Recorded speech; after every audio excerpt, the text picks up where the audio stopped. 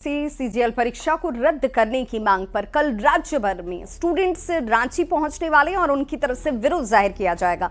इस आंदोलन से पहले झारखंड की राजनीति जो है वो काफी गर्म नजर आती है। बीजेपी ने जहां इस पूरे मामले पर सीबीआई जांच करने की मांग की है, तो वहीं कांग्रेस ने इस आंदोलन को राजनीति से प्रेरित बताया है।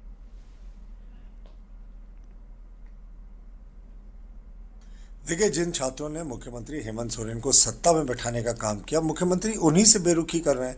अब आप देखिए, इस सरकार में तो गजब कहानी चल रही है, अजब सरकार की गजब कहानी। एक तरफ सरकार कहती है कि सीजीएल परीक्षा का हम सीआईडी जांच करेंगे, और उसके अगले दिन जेएसएससी पूरा प्रेस कॉन्फ्रेंस करके कहती है कि साहब हमने कोई गलती नहीं किया, खुद को क्लीन चिट दे देती है। और जो जिस पेपर लीक की चर्चा हो रही है सीजीएल का, उसका कोई साक्ष्य अभी तक सामने आया नहीं है। आयोग की ओर से भी कल प्रेस वार्ता करके स्थिति को स्पष्ट की गई है। तो मुझे लगता है कि हमारे विपक्षी दल, मुख्य रूप से भारतीय जनता पार्टी, इन मुद्दों को हवा दे रही है। धनबाद में चोरी की घटनाओं पर लगाम लगने का नाम ही नहीं ले रहा। बागमारा थाना क्षेत्र के डुमरा हरिणा हिरक रोड स्थित में ई कार्ड ऑफिस में कैसे चोरों ने इसे निशाना बनाया, इसकी तस्वीर को देखकर आप अंदाजा लगा सकते हैं। शनिवार की देर रात चोरों ने बड़ी चोरी की घटना को यहां अंजाम दिया है। ऑफिस में चोरों ने घुसकर लॉकर को ही उखाड़ दिया, ऑफिस से दूर ले जाकर जंगल में देखिए कैसे ये लॉकर जो है वो फेंका जाता है। इनमें से 10 लाख रुपए लेकर ये चोर यहां से फरार हो चुके हैं। सीसीटीवी फुटेज में 2 चोर कार्यालय के अंदर लॉकर को तोड़ते और उसके बाद उसे अपने साथ लेकर जाते हुए नजर भी आ रहे हैं। जिस सीसीटीवी फुटेज को आप इस वक्त अपने टीवी स्क्रीन पर देख पा रहे होंगे। अब फिंगरप्रिंट्स एक्सपर्ट्स की टीम के साथ पुलिस इस मामले की जांच में जुटी है। जो ऑफिस है वहाँ से कैश लॉकर गायब हो गया है, चोरी हुआ है। उसके अंदर कैश था करीबन 10 लाख के आसपास में, वहाँ से चोरी हुआ है। उसके बाद अभी पुलिस अपना कार्रवाई कर रही है, थाना सूचित में किया गया है, घटना को सूचित किया गया है थाना में। पुलिस अपने साइड से कार्रवाई कर रही है। अब देखिए अभी क्या होता है। खाली तिजोरी अभी जंगल में पाया गया है। उसके बाद अभी संदेह अभी क्या है क्या नहीं, अब कार्रवाई होगी तभी पता चलेगा। धनबाद जिले में अपराधियों का मनोबल बढ़ा हुआ है। गोलीबारी, किडनैपिंग और चोरी की घटनाओं में लगाम लगता नहीं दिख रहा। बागमारा थाना क्षेत्र के जमुआटाड़ फ्लिपकार्ट के ऑफिस में चोरी की वारदात को चोरों ने अंजाम दिया है। तिजोरी में रखे हुए 10 लाख रुपए को गायब कर दिया। चोरों की करतूत सीसीटीवी कैमरे में कैद हुई है, जिसमें दिख रहे हैं कि चोर संबल हथौड़े के सहारे तिजोरी को कबाड़ कर अपने साथ ले जाते हैं। वहीं सुबह जब इसकी जानकारी पुलिस को दी गई तो पुलिस ने तहकीकात किया तो कार्यालय से कुछ दूरी पर जंगल में खाली तिजोरी फेंका हुआ पाया गया है। अब पुलिस फिंगरप्रिंट दल का इंतजार कर रही है। वहीं ऑफिस के इंचार्ज ने बताया कि 2 से 3 दिनों का सेल तिजोरी में रखा हुआ था, जो लगभग 10 लाख रुपए थे, और वह पूरी रकम चोरों ने चुरा ली है। सीसीटीवी फुटेज में कुछ लोग उन्हें दिखाई दे रहे हैं, लेकिन अब तक वह भी उन्हें नहीं पहचान पाए हैं। इस कार्यालय की बात की जाए तो लगभग 35 से 40 युवा लोग इस पे काम करते हैं और उन्हें डर है कि अगर इसका उद्भेदन नहीं होता है तो फिर कंपनी इस कार्यालय को भी बंद कर देगी। यानी कंपनी के इंचार्ज को दोहरी मार झेलनी पड़ सकती है, क्योंकि एक तरफ नगद 10 लाख रुपए गायब हुए हैं और दूसरी तरफ उन 35 लोगों का रोजगार पर भी अब खतरा मंडराने लगा है। वहीं इसे लेकर इंचार्ज ने मांग किया है कि जल्द से जल्द इस घटना का उद्भेदन पुलिस करे और जो भी चोर इसमें शामिल है उसे गिरफ्तार किया जाए। Sanjay Gupta, news 18 Dhanbad. Bokaro steel city के डीएवी स्कूल सेक्टर 2C में नामांकन प्रक्रिया को लेकर पेरेंट्स ने जमकर हंगामा किया। अभिभावकों ने स्कूल प्रबंधन पर एडमिशन में धांधली का आरोप लगाया है। सिटी थाना पुलिस मौके पर पहुंचकर हालांकि इस मामले को शांत करवाती दिखी। आपको बताते चलें कि आज नामांकन के लिए लॉटरी निकाली जानी थी, लेकिन पेरेंट्स का यह दावा है कि स्कूल ने सबको अंधेरे में रखकर कुछ छात्रों को अनुचित लाभ पहुंचाया है। हम लोग का डेट था कि बच्चे का आज लॉटरी होगा, इसीलिए हम लोग आए और हम लोग को पता भी नहीं चला कि कब लॉटरी हुआ कब नहीं हुआ, और उसके बाद गेट बंद कर दिया गया। 9 बजे से हम लोग आके मतलब बैठे हुए थे। तो हम लोग को कुछ नहीं बताया गया और गेट के अंदर भी नहीं आने गया। शिक्षा के नाम पे धांधली चल रहा है। हम लोग सुने थे कि शिक्षा पलूट होता है और सामने आज देख भी लिए हैं। सर यहाँ पर सर हम लोगों को बुलाया गया था, 15 तारीख का कोई टाइमिंग नहीं दिया गया है। हम लोग 15 तारीख को आए और लॉटरी के माध्यम से बच्चा का सिलेक्शन किया जा रहा था, स्टूडेंट का बच्चा का सिलेक्शन किया जा रहा था। मगर ये लॉटरी जब इनके पास में इतना बड़ा प्ले ग्राउंड है और सार्वजनिक बाहर होना चाहिए था, मगर ये बाहर करना छोड़ करके अपने कमरे के अंदर में कर रहे हैं और कुछ लोगों को जो चुनिंदा लोग हैं उनको बुला रहे कमरे के अंदर में और उनसे हस्ताक्षर करा करके। 2 बच्चा का हम फॉर्म लिए थे, 500 रुपया लग रहा था। उस समय फॉर्म लेते समय ये सब नहीं बताया गया था कि लॉटरी से पहले भी कुछ कराया जाएगा। 15 तारीख को हम पूछे थे कि लॉटरी कब होगा, बोले 15 को लॉटरी होगा। उसके बाद हम घर चले गए। बीच में हमको ये खबर मिला था, हम तो आए भी नहीं थे उस समय, कि बीच में कुछ और भी ये लोग करवाएं, ओरल क्या जो भी बोल रहे हैं। उसका अगर खबर हमको नहीं किया, जबकि मेरा मोबाइल नंबर दिया हुआ है। मैंने आज लॉटरी हुआ था, जैसे प्रोसेस में बोला गया है उसी प्रोसेस में ही लॉटरी हुआ। पहले बच्चा लोग को, पहले पेरेंट को बोला गया था 8:45 से 9:15 तक इन लोग आए थे। पेरेंट को दे के ही उठाए, चीट उठाए। एक भी टीचर कोई भी चीट नहीं उठाए, पूरा ब्लैंक चीट एक्सेल शीट दिखाया गया सबको। और जो रजिस्ट्रेशन फॉर्म के बारे में बोला जा रहा है, पिछले साल से जो रजिस्ट्रेशन फॉर्म बिक रहा है तो उसमें 4000 लिखा हुआ है। उसके चलते कोई पेरेंट नहीं बोल सकता ना जो 4000 फॉर्म बिक गया। इन लोग कैसे हिसाब लगा रहे हैं जो 6000 फॉर्म बिके। रांची के बिरसा चौक पर रेलवे की जमीन को अतिक्रमण मुक्त कराया जा रहा है और कल भी रेलवे ने अतिक्रमण के खिलाफ अभियान चलाया था और करीब 170 घरों और दुकानों को जमींदोज किया गया। ये एक्सक्लूसिव तस्वीरें कार्रवाई की इस वक्त आपके सामने, जहां पर घर और आशियाना छिन गए लोग अब सड़कों पर रहने को विवश हैं। आज भी कार्रवाई हुई और 70 घर तोड़ दिए गए। स्थानीय लोगों का यह कहना है कि वे कई साल से इस जमीन पर रह रहे हैं और भीषण ठंड में अब उनके पास रहने के लिए एक छत भी नहीं है। कहाँ जाएंगे, कहाँ जाएंगे, रास्ता बता दो, कहीं न जाएंगे, कहाँ जाएंगे। इतना गरीब सब तो कमाने खाने वाला है बेटा, कहाँ जाएंगे, कहाँ जाएंगे। बूढ़ा भी रहता मेरा, नहीं तो बोलता बुढ़िया मत रहो, हम कोनो हाला से भीख मांग के खिलाएंगे। तो बूढ़ा भी तो नहीं है। तो आप लोग को नेता वोता कोई नहीं आ रहा है अभी? कहाँ नेता, जगह वोट लेने का था ना, जगह 50 को यहाँ पहुँचाता था, अभी कोई नहीं अभी है। खबर पाकुड़ से, जहां नगर थाना क्षेत्र के तलवार डांगा में आपसी विवाद में सुमंतो दास पर फायरिंग की गई। इस फायरिंग में सुमंतो दास की जान बाल बाल बच गई है। मौके पर पहुंची पुलिस अब इस मामले की तहकीकात में जुटी है और कहा जा रहा है कि 2 साल पहले उसका निमुआ सरकार से भूमि विवाद हुआ था, जिसमें इस फायरिंग की घटना को अंजाम दिया गया। पुलिस ने आरोपी के घर छापेमारी में बाइक को जब्त किया और हर बिंदु पर जांच में जुट गई है।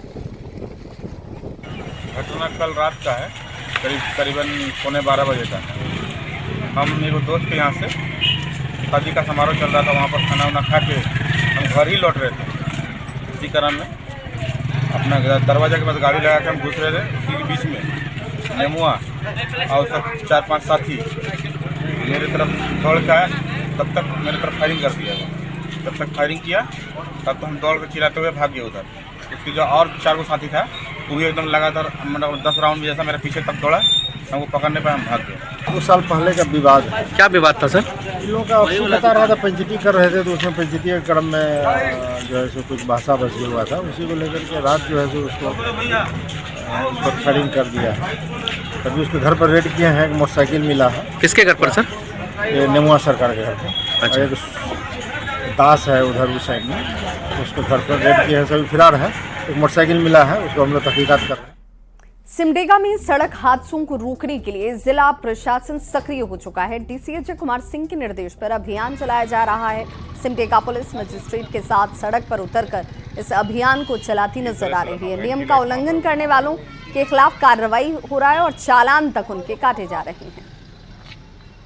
उपायुक्त महोदय और एसपी सर के निर्देशानुसार 15 तारीख से 2 तारीख तक विशेष अभियान चलाना है। खास करके हम लोग सिर्फ वाहन में जो है हेलमेट पहने हैं उनको चेक करना है और उनसे जुर्माना दिया जाएगा। उसके बाद गाड़ी चला जाएगा।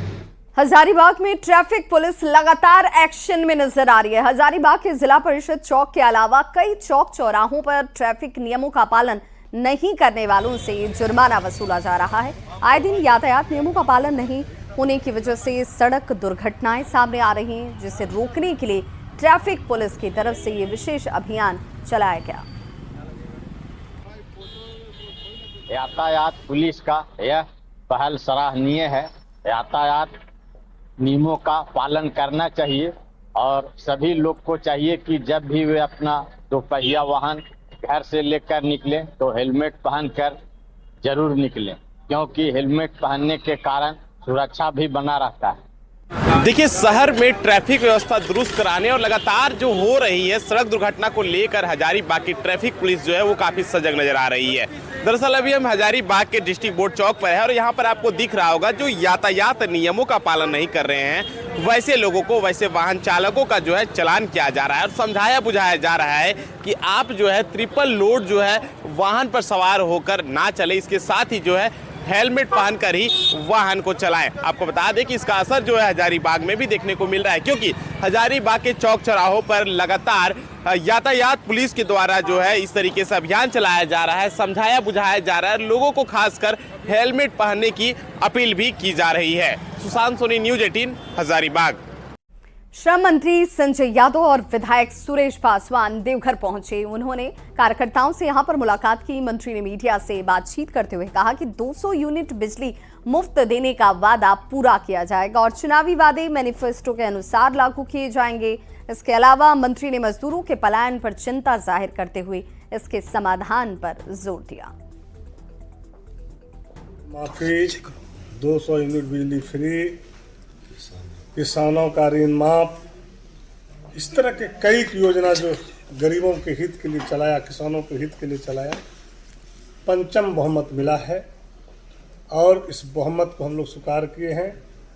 और जो हम लोगों ने वादा किए चुनाव के समय, जो मैनिफेस्टो में हम लोग का है, उस पर हम लोग खरे उतरेंगे और हर हमेशा अपने मालिकों के बीच रहेंगे। जो अफसर सुस्त पड़ा हुआ था, काम नहीं करता था, जमीन पे गांव घर में नहीं जाता था, वो सारी चीज़ों को कल हम लोगों ने मॉनिटरिंग किए हैं और टास्क भी दिए हैं कि जो अफसर काम नहीं करेंगे वो नापे जाएंगे। बोकारो विधायक श्वेता सिंह ने सदर अस्पताल का निरीक्षण किया और व्यवस्था में सुधार के निर्देश दिए। पिछले दिनों इलाज में लापरवाही बरतने के आरोप में नवजात की मौत हुई थी। इस मामले में डॉक्टर को सस्पेंड करने की बात उन्होंने कही। लेबर वार्ड का जायजा लेते हुए ठंड में मरीजों को कंबल सहित दूसरी सुविधाओं को देने पर जोर दिया। कंडीशन ऐसे अगर देखें तो ठीक था, लेकिन विधि व्यवस्था में कमी है। कंबल होना चाहिए था, चादर होना चाहिए था, नर्सेस सारे जगह पे होनी चाहिए थी। मेरे हिसाब से जहाँ जहाँ हमको जो कमी लगी है, हम लोगों को इंस्ट्रक्शंस दे दिए हैं। अगर इसका अनुपालन नहीं करेंगे तो हम यहीं हैं, फिर यहाँ आएंगे। जब तक ये लोग ठीक नहीं हो जाएंगे, हम लोग इनके सर पे ऐसे ही खड़े रहेंगे कि अपनी विधि व्यवस्था को ठीक कीजिए, क्योंकि सरकार आपको इसका पैसा देती है। ये धर्मशाला नहीं चल रहा है, आप लोग फ्री में यहाँ पर नहीं आप लोग घूम रहे हैं। पैसा आप लोग को बैठा के मुफ्तखोरी हम लोग नहीं करेंगे, काम तो करना पड़ेगा। रांची में 2 दिवसीय युवा आदिवासी फेस्टिवल का आयोजन किया गया। इस फेस्टिवल में आदिवासी खान पान की झलक देखने को मिल रही है, जहां कॉलेज के स्टूडेंट्स भी अपनी परंपरा और संस्कृति को जीवित रखने और आदिवासी खान पान को विश्व स्तर पर पहुंचाने की कोशिश करते नजर आ रहे हैं। स्टूडेंट्स ने आदिवासी खान पान में मड़वा, चिल्का सहित कई पारंपरिक भोजन का स्टॉल लगाया हुआ है। मौके से ज्यादा जानकारी दे रहे हैं न्यूज़ 18 संवाददाता गौरव झा।